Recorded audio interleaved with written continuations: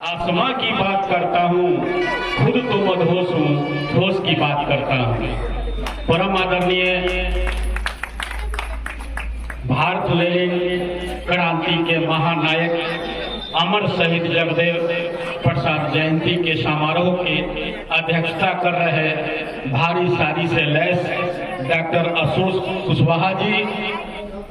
तथा मंच संचालन कर रहे अशोक कुशवाहा जी, साथ में हमारे बिहार सरकार के पूर्व मंत्री तथा प्रदेश के उपाध्यक्ष जदयू हम लोग के अभिभावक माननीय मुनीश्वर चौधरी जी, साथ में जदयू नेत्री राखी कुशवाहा जी, जदयू जिला उपाध्यक्ष मदन कुशवाहा जी तथा राष्ट्रीय लोक जनता दल के प्रदेश सचिव विनोद सिंह कुशवाहा जी, साथ में इस सभा के मुख्य अतिथि राहुल सिंह जी तथा पानापुर के जिला परिषद सदस्य तथा मेरे छोटे भाई क्रांतिकारी युवा नेता रत्नेश भास्कर जी तथा जगदेव के स्वाभिमानी अभिमानी तथा उनके पद चिन्हों को जो है अंकित करने वाले हमारे अभिभावक कुशवाहा राजबल सिंह जी, प्रदेश उपाध्यक्ष राष्ट्रीय लोक जनता दल के, साथ में इस समारोह में जितने हमारे व्यक्ति आए हैं सबको मैं अपने तरफ से अभिनंदन करता हूं। साथ में इस सभा में आए हुई मातृशक्ति के माताएं और बहनें, आप लोग माताएं बहनें, कम से कम मैं देख रहा हूं कि 12 बजे से हमारे अशोक जी आपको बिना चाय पानी के इतना देर तक बैठाए, इस महिलाओं के घर की जो है मैं प्रशंसा करता हूं, धन्यवाद देता हूं। अब चूंकि हमारे बहुत वक्ता बंधुओं सोचनी कि आज ये जयंती मनाया जा रहा है, इस जयंती का औचित्य क्या, उद्देश्य क्या, मैं आपके बीच 2-3 बातें रखूंगा। सबसे पहले मैं बात रखूंगा कि अमर शहीद जगदेव बाबू को लेनिन क्यों कहा जाता है, लेनिन कहने के पीछे क्या, और दो चीजें और हैं कि इनको गोली क्यों मारी गई। वो 74 का आंदोलन के बीच के आपको इतिहास पर थोड़ा सा मैं प्रकाश डालना चाहता हूं कि इनको भारत लेनिन क्यों कहा जाता है। बंधुओं, जब आपके बिहार में शोषित समाज दल, शोषित पार्टी के, सोशलिस्ट पार्टी के लोहिया के साथ हमारे अमर शहीद जगदेव बाबू जब आए तो आपको जानना चाहिए कि कार्ल मार्क्स और लेनिन ये जब अपने देश में एक सिद्धांत का प्रतिपादन किया, मार्क्सवाद जिसको बोलते हैं, उस मार्क्सवाद को सिद्धांत के प्रतिपादन करने के बाद वो शायद अपने देश में लागू नहीं कर पाए। लेनिन भी केवल आंदोलन शुरू किया लेकिन उसको भी उन्होंने लागू नहीं किया। लेकिन जब इनकी सरकार 1967 में बनी थी तो उन्होंने देखा कि हम बात करते हैं 90% की, हम बात करते हैं मानवतावादी की,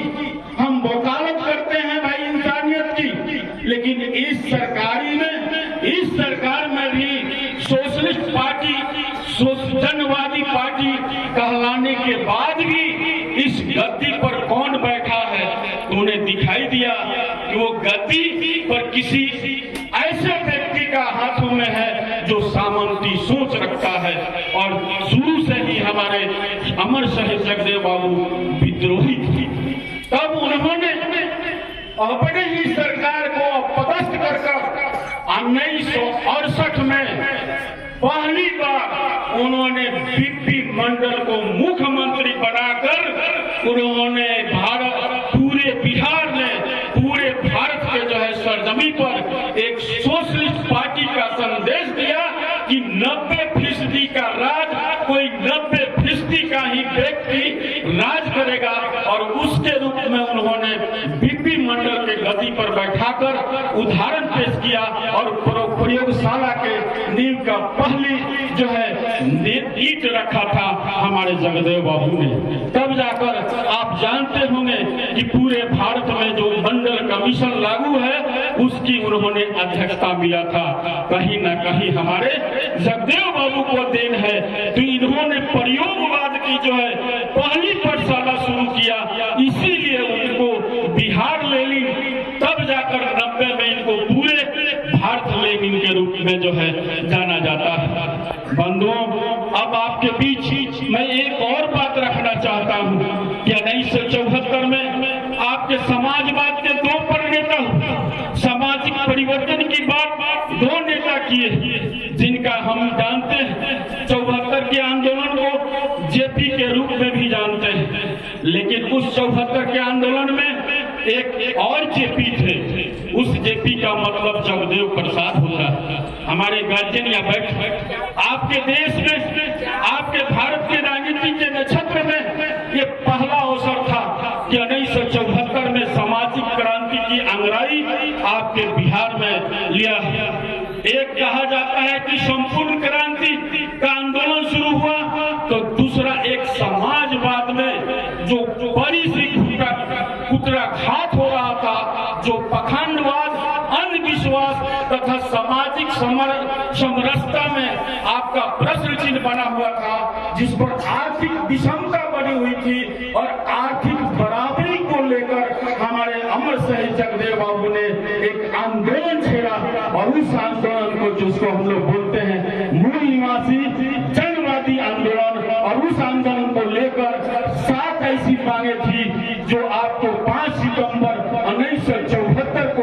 कुर्था के सामने जो है अपने काले झंडे के साथ उन्होंने मांग की थी। और वहां से उन्होंने कहा था कि सच कहना अगर बगावत है तो समझ लो हम बागी हैं। और इन्हीं तर्क पर लेकर जब वो आगे बढ़ रहे थे तो उस समय के कांग्रेस की सरकार और उस समय का डीएसपी ने उनको रोका।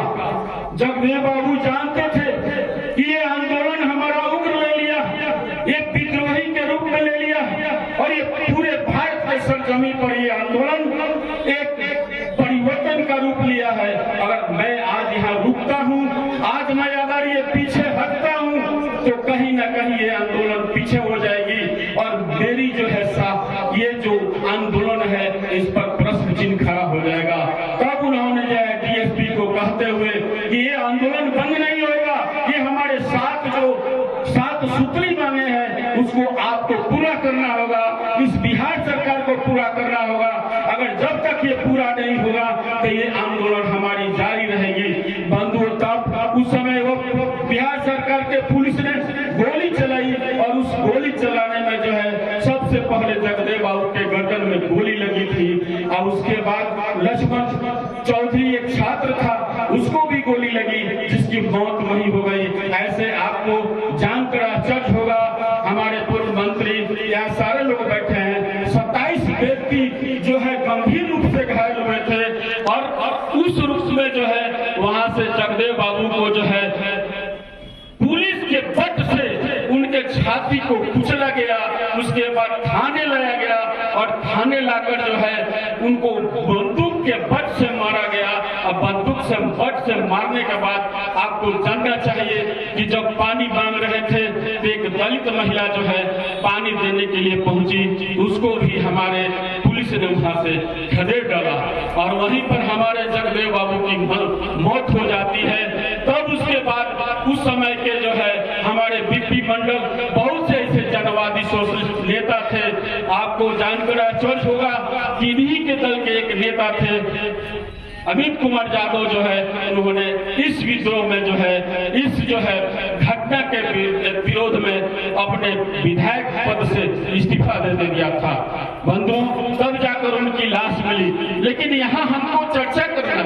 ये बातें करनी है। हमारे बहुत से वक्ता अपनी बातों को रख, आज हम बात करते हैं समाजवाद की, आज हम बात करते हैं समतावाद की, आज अगर हम बात करते हैं समतामूलक समाज की, हमको आपको सबको आजादी मिल गई है, सबको जो है विकास की बातें कर रही है। लेकिन एक वक्ता ने कहा कि मैं राजनीतिक बातें नहीं करना चाहता।